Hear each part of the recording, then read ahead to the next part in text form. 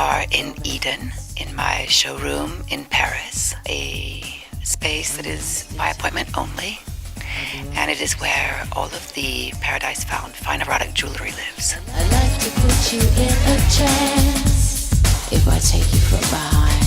I'm celebrating 25 years of what now has come to be known as the Paradise Found collection, with a collection called Sado Chic. I actually coined the term Sado Chic 25 years ago to name a collection of objects that was more symbolic, with some functional qualities which became more and more functional as the collection evolved. I hit you like a truck. I'll give you love. I'll teach you how to. I ended up finding myself in Paris, which I think is the best place for me to be.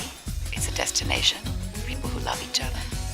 And my mission is to dismantle the pleasure taboo and also the taboo of love. We are living in a world where sex is no longer a taboo, but pleasure and love are still taboo. I try to connect people and reinforce connection, and you'll see how, because it's also a physical connection as much as a symbolic connection. I also, over time, I started to work more and more with this idea of connecting and also finding a way to bring people or invite people to consider the whole body as a sexual organ that could be teased and pleased and turned on. Because if we only think of the genitals as a sexual space to play in, it's very limited. It's a tiny part of the body. Whereas the entire body is riddled with nerve endings, and the possibilities are infinite if we start to discover how to turn those other parts of the body on now.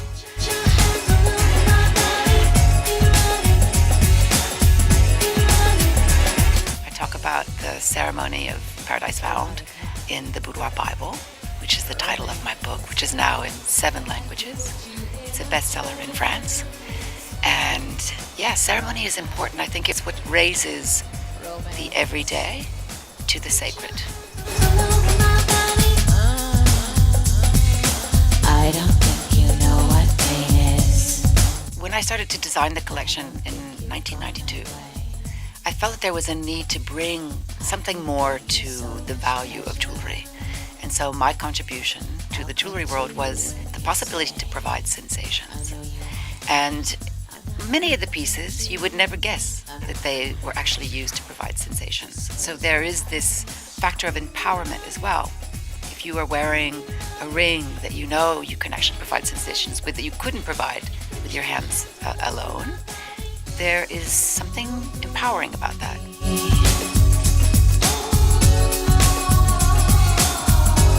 The Pleasure Puff is a ring that's made from ostrich feathers, and it is a tickle ring, but it's also a cocktail ring. You can spray it with your favorite perfume, and it's very fun to wear and feminine. I like to do a different kind of erotic. Some of them are for massages, some of them are for tickling, some of them are for scratching. Some of them connect you to your lover, actually with a little chain. So it's more symbolic, but there's something also psychologically very powerful about even wanting to give hand-holding a little extra push, no? Only the one that inflicts the pain can take it away.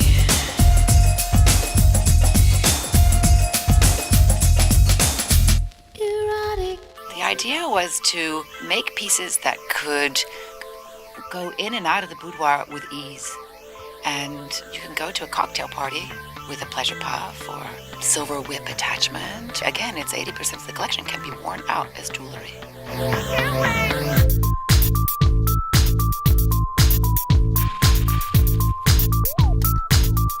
20% of the objects are also objects that really can't go out of the boudoir. They are made to stay in the loving space, your temple, if you'd like to call it that way. And but 80% of them can actually be worn out as jewelry. I use noble materials. It's very important when we are dealing with the body, also used to use body-safe materials. And silver happens to be antibacterial. So I privilege silver a lot, especially for the objects that are used inside the body. I love to work with gold as well. I believe that durability is a very, very important criteria today. I use also other materials like leather and marble as of late. And everything is handmade in Italy.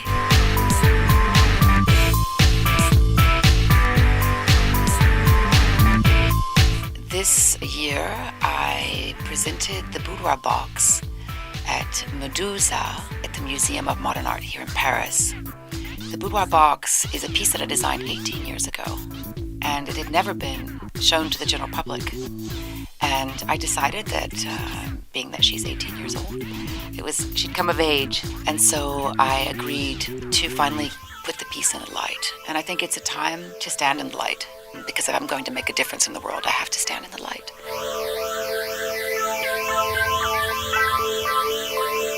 This edition of the box is an edition of 10. So it is a limited edition.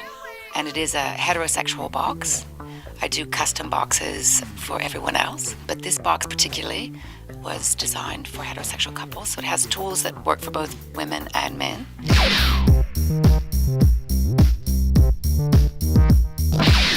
The boudoir box, it is a triptych, and it transforms a space. And I'm very interested in transformation, after all, whether it's a space or the way that your body moves through space, or the way that our hands actually can function, our fingers can function. Sometimes I consider my work prosthetics. They definitely change the way that we can provide sensation, and they're an addition to the body. It's an augmentation of the body.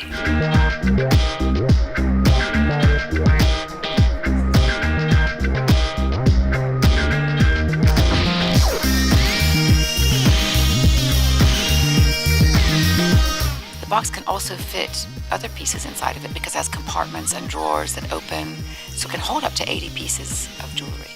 And it is a travel case. It is designed to go on the road.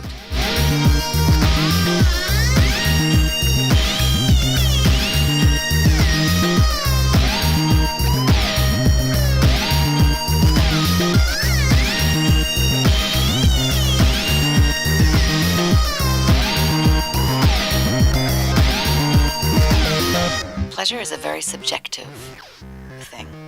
There are people who need more sensations to even perceive pleasure at all, and others who like to keep things light.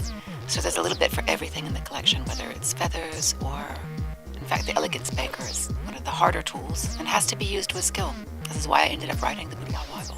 Skill is important when it comes to using tools for enhanced pleasure.